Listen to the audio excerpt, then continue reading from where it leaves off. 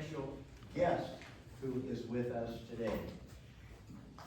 You will remember that Thomas Jefferson did so many things. We're grateful for so many things that he did.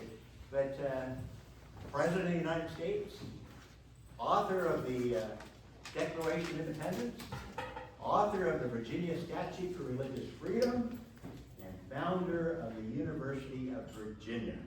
So I get to ask him some questions on your behalf. Right now, Mr. Jefferson, would you come forward in honor of our former president? Will you stand and give applause to Mr. Jefferson?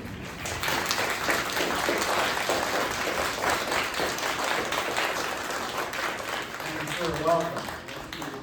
I'd like to invite you to sit right there, and you all may be seated.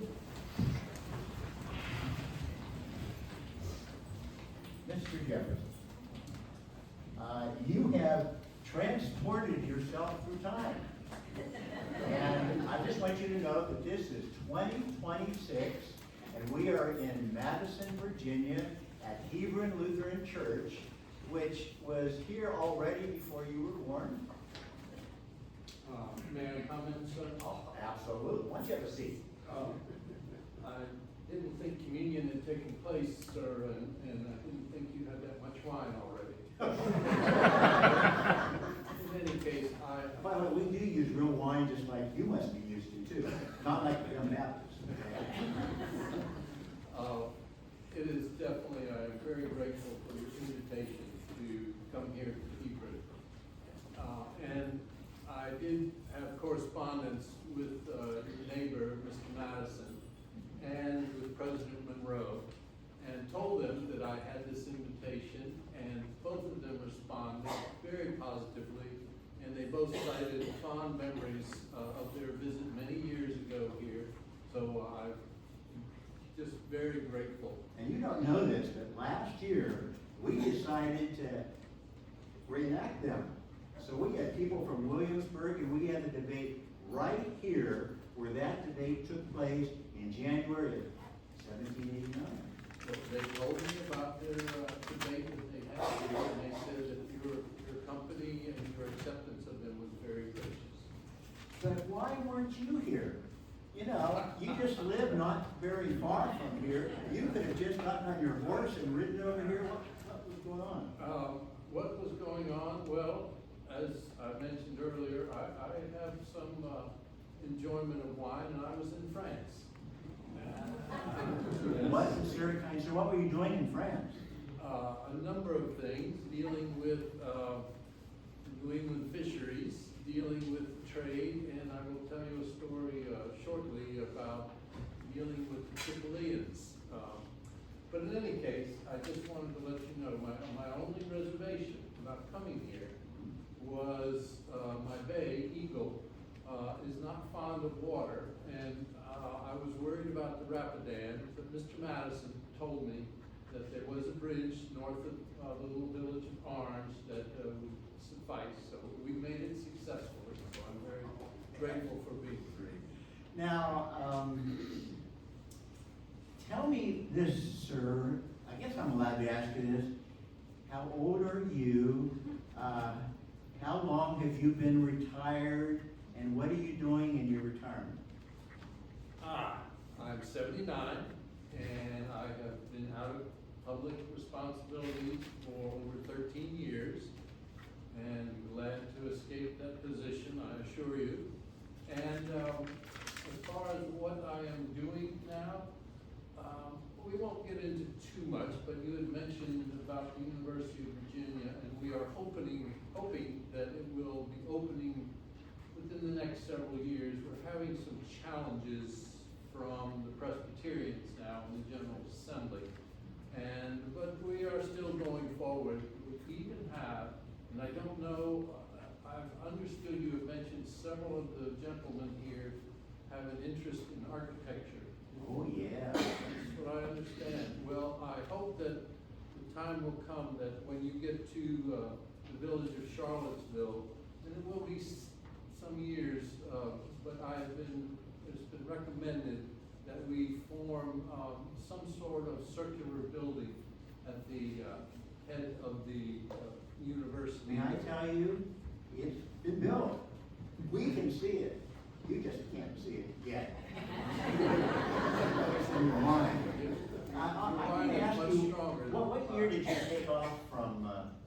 your life. What year is it? I mean, 2026 here. What year did you take off? This is 1822, sir. Oh, 1822. Okay. Absolutely. You are in a Lutheran church. So you would know that we are very standard Christian, Orthodox, believing in Jesus as the Messiah. We believe the Bible is the Word of God. We believe in the Trinity. I have read and heard that that's not exactly where you are. So can I ask you a question very personally? Certainly, sir.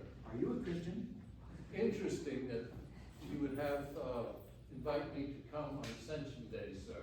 So your question is quite pertinent, and I believe that I am a Christian in the manner that Christ would have wished, in that I place His dominion, His doctrine before any others, and over the years of my study and my thought, I have come to view Him as being divinely blessed for being a man who has offered virtue to the world, offered a morality to the world that is far more subtle and significant than any other. Did you get any criticism in your day from the Church of England or the Anglican priests? I mean, what you just said there, is that anything that they would have accepted? Criticism would be an understatement, sir. And it was, while the clergy questioned many of my positions, particularly the New England clergy, most of the criticism actually did not come from the clergy. Most of them came from, shall I say, fellow politicians for whatever served their particular purposes. I must say, if I may continue, sir, essentially what you are asking for is my view of not only of Christianity, but my view of the established religious institutions. Would that be a... Absolutely. My belief and understanding of the Almighty is based upon the natural world in which we humans live. The creation and design of this earth in which we live demonstrates a degree of power and intelligence. There is power in its production and intelligence within its design. And unlike some who believe, and I believe the term that they use are deists, unlike some of the deists who view the Lord as a clockmaker, who has, upon making His creation, has withdrawn from its being, I see that based upon the reason that the Almighty has given to man, we have the opportunity to view the creation and the reproduction and continued regeneration of this world in which we live. And you can observe it through the stars, you can observe it in the species that are all around us. Additionally, there is a morality, and you mentioned about this, sir. There is a morality within our hearts that we understand is necessary. And those societies which violate that morality on a level that will bring their own destruction. History is filled with civilizations that are, shall we say, resigned to be pages within history. And the last, I would say, immediately, would be His overruling providence with its disputations, with its gifts to us, indicates some evidence that He takes delight in the happiness of man.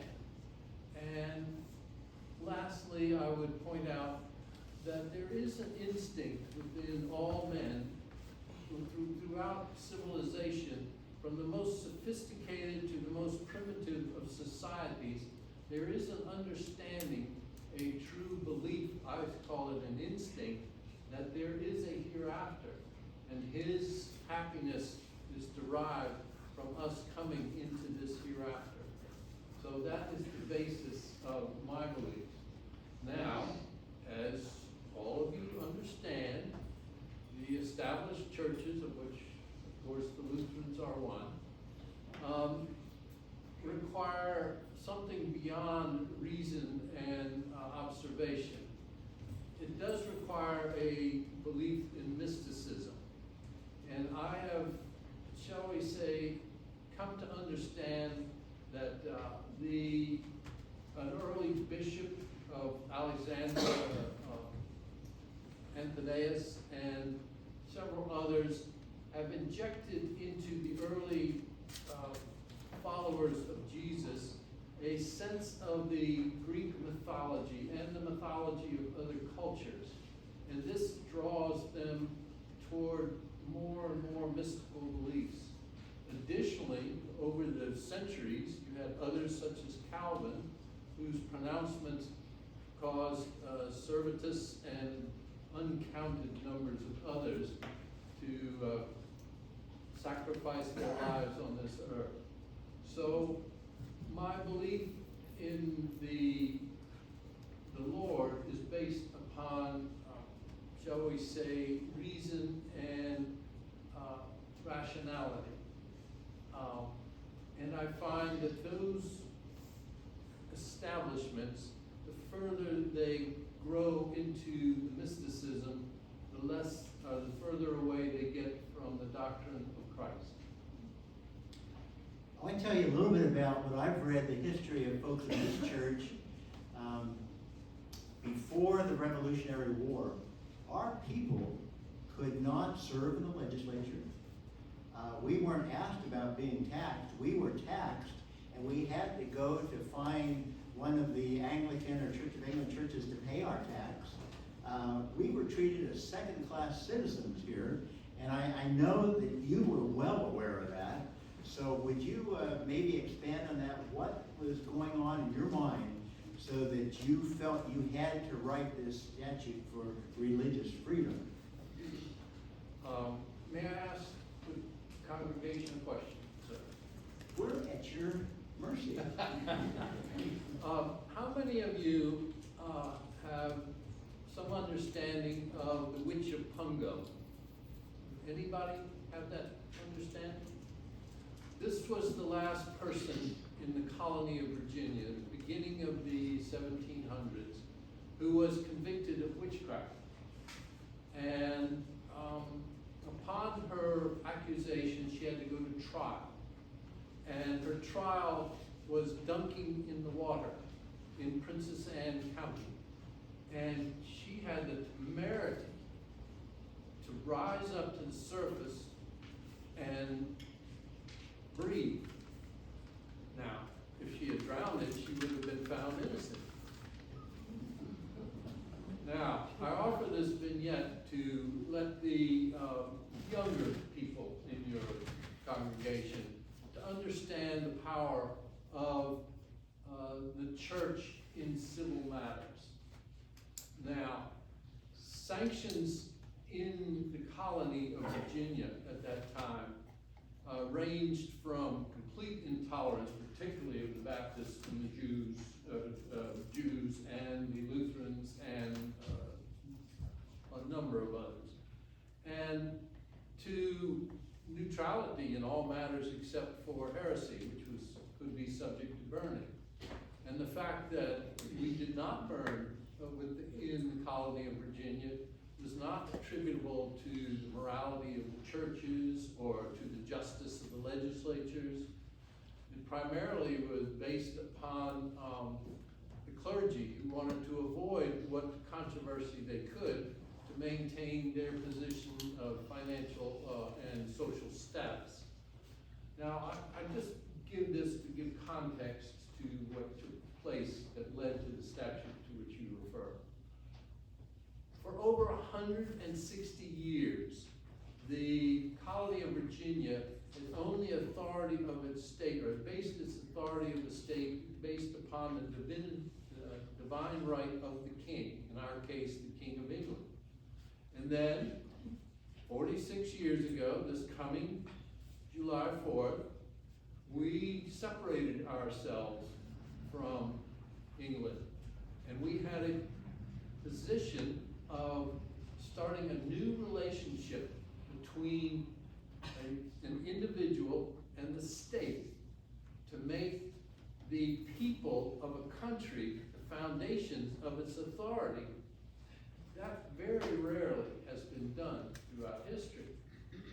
Now, upon the declaration, the General Assembly gathered in Williamsburg. Lord Dunmore had decided that it was best he leave, our royal governor at that time, best that he leave, and we assembled in the General Assembly in Williamsburg, and I joined them in the fall. And Colonel George Mason of Fairfax County had submitted a constitution for their consideration to build their state. And while it had no leading principles in it, it was worthy of a, shall we say, beginning of an actual republic. I was asked to join a committee of revisers, and in this committee, we were directed at adapting our laws and political structures to our newly independent status as states. I was asked to address matters of entail and primogeniture and criminal laws and the incorporation of new lands into our territories. At that time, since this was the seed time of our republic, I knew that certain other aspects had to be developed. One was, I put forth, was the gradual removal and abolition of slavery. As you know, so that did not take place. The other was the opportunity for the diffusion of knowledge among our state. That did not take place. And the last was the establishment for religious freedom in Virginia. Colonel Mason had been persuaded to maintain the establishment of the Anglican Church within the new state of Virginia. And to several of us, that seemed contrary to the spirit of our times. And we knew that we had to remove the coercion of conscience from our midst. And we decided this is the time to begin disestablishing the Church of England. It was not an easy task. As I said, I went over to France, and your neighbor, Mr. Madison, and Colonel Mason himself led a drive and a determination to establish this statute, and they suffered more obloquy from the fellow delegates than almost any issue I have seen, except for the slavery issue. And ultimately, in 1786, while I was in France, I received word from Mr. Madison that it had been established and that the disestablishment of the Church of England was beginning, and you no longer had to go to the churches and pay your taxes, nor did you have to support it. Thank you, sir. As I'm listening to you, and I've read this from a lot of people, you aren't Orthodox Christian. A lot of things that we might accept here, you either questioned or say in a different way, and yet you were on the vestry, I read, and tell me if I'm getting this accurate, of two different Anglican churches, St. Anne's Parish in Albemarle, what is now Albemarle County, and also Bruton Parish in Williamsburg. How could you be on the vestry? How could you receive the sacrament of Holy Communion?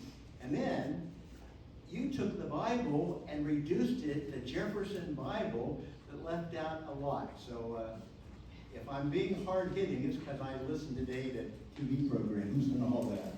So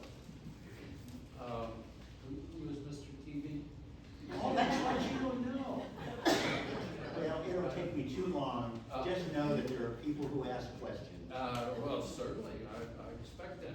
You told me in your invitation, sir, that you would be asking pointed questions and that your congregation would be judging closely what my responses would be. First of all, as I said, I base my beliefs upon rationality and reason, and the position of being on the vestry. As you know, there is much business to be done within the church establishment. Regardless of how all of us feel, this is a human endeavor. And I would say the Lord looks down upon us providentially and offers us the reason to deal with these endeavors. As far as my participation in his practices, yes, I am a social creature without question, and that is of significance to me. And there is all of us individuals have our, shall we say, take in the works and the learning that Jesus has to offer us. Now, it is interesting you asked me about my endeavors on the Bible, sir. During those times that I had national responsibilities, I would take the few hours that were allotted to me, and I would extract what I felt to be the exact words of Jesus as written by the earliest of his evangelists. And after I retired and came back to Monticello, I began paring down the incrustations that had taken place through both the growing mythology and the false memories and misconceptions that had been placed over there over hundreds of years. And I now have an octavio of approximately 40 pages, and I call it The Life and Morals of Jesus of Nazareth. Now, I do have a question for you, sir. Have you been in correspondence with the late Dr. Joseph Priestley or Mr. Charles Thompson? This work, I have discussed this with them, but it remains in my library unfinished. I haven't been because they're dead.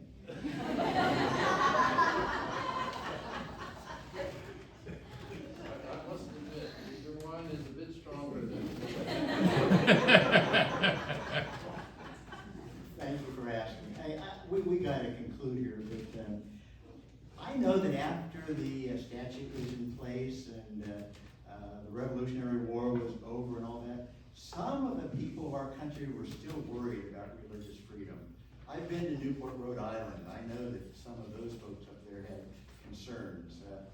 You responded to them in some way. Particularly the Jews at the Jews. Truro. Without question,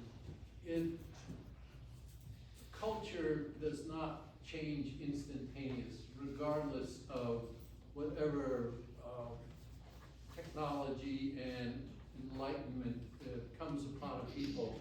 People's habits and their governance changes very slowly based upon the morality of a people. And the morality that Jesus has given to us allows us to improve and to get better and to get closer to what the Almighty would have of us. So it was a continual concern, and will always be a continual concern. And as I mentioned earlier, it has been used for political purposes. May I, you said that we're coming to an end, and may I read a portion of the statute?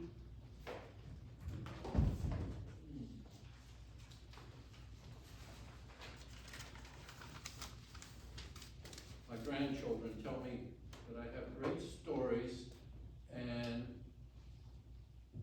I have many thoughts that they had never thought of before, but he said sometimes they used to say, "Grandfather, you cannot even find your glasses." The Virginia Statute for Religious Freedom, which Mr. Madison helped to pass through the Virginia General Assembly.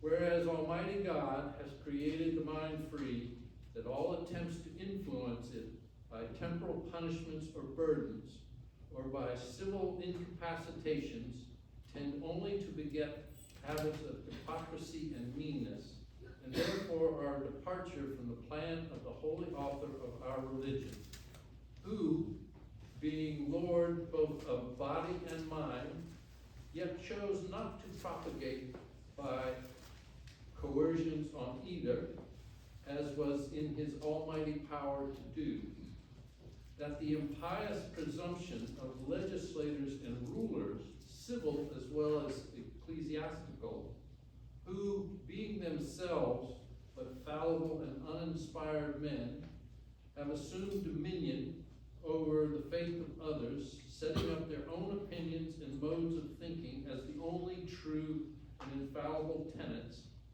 and as such endeavoring to impose them on others, hath established and maintained false religions over the greatest part of the world and through all time.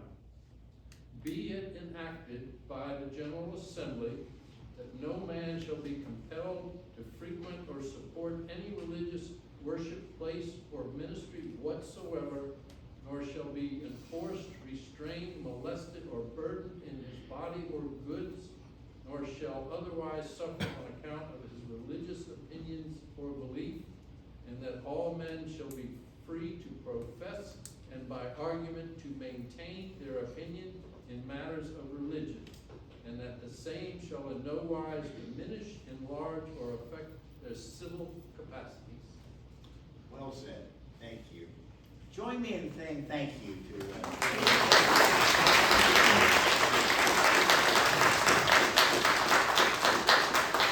think you'll appreciate the hymn that we're about to sing was music written by Ludwig von Beethoven, who lived during your time, and you being a fine musician will appreciate this. So, everybody, let's stand as we sing.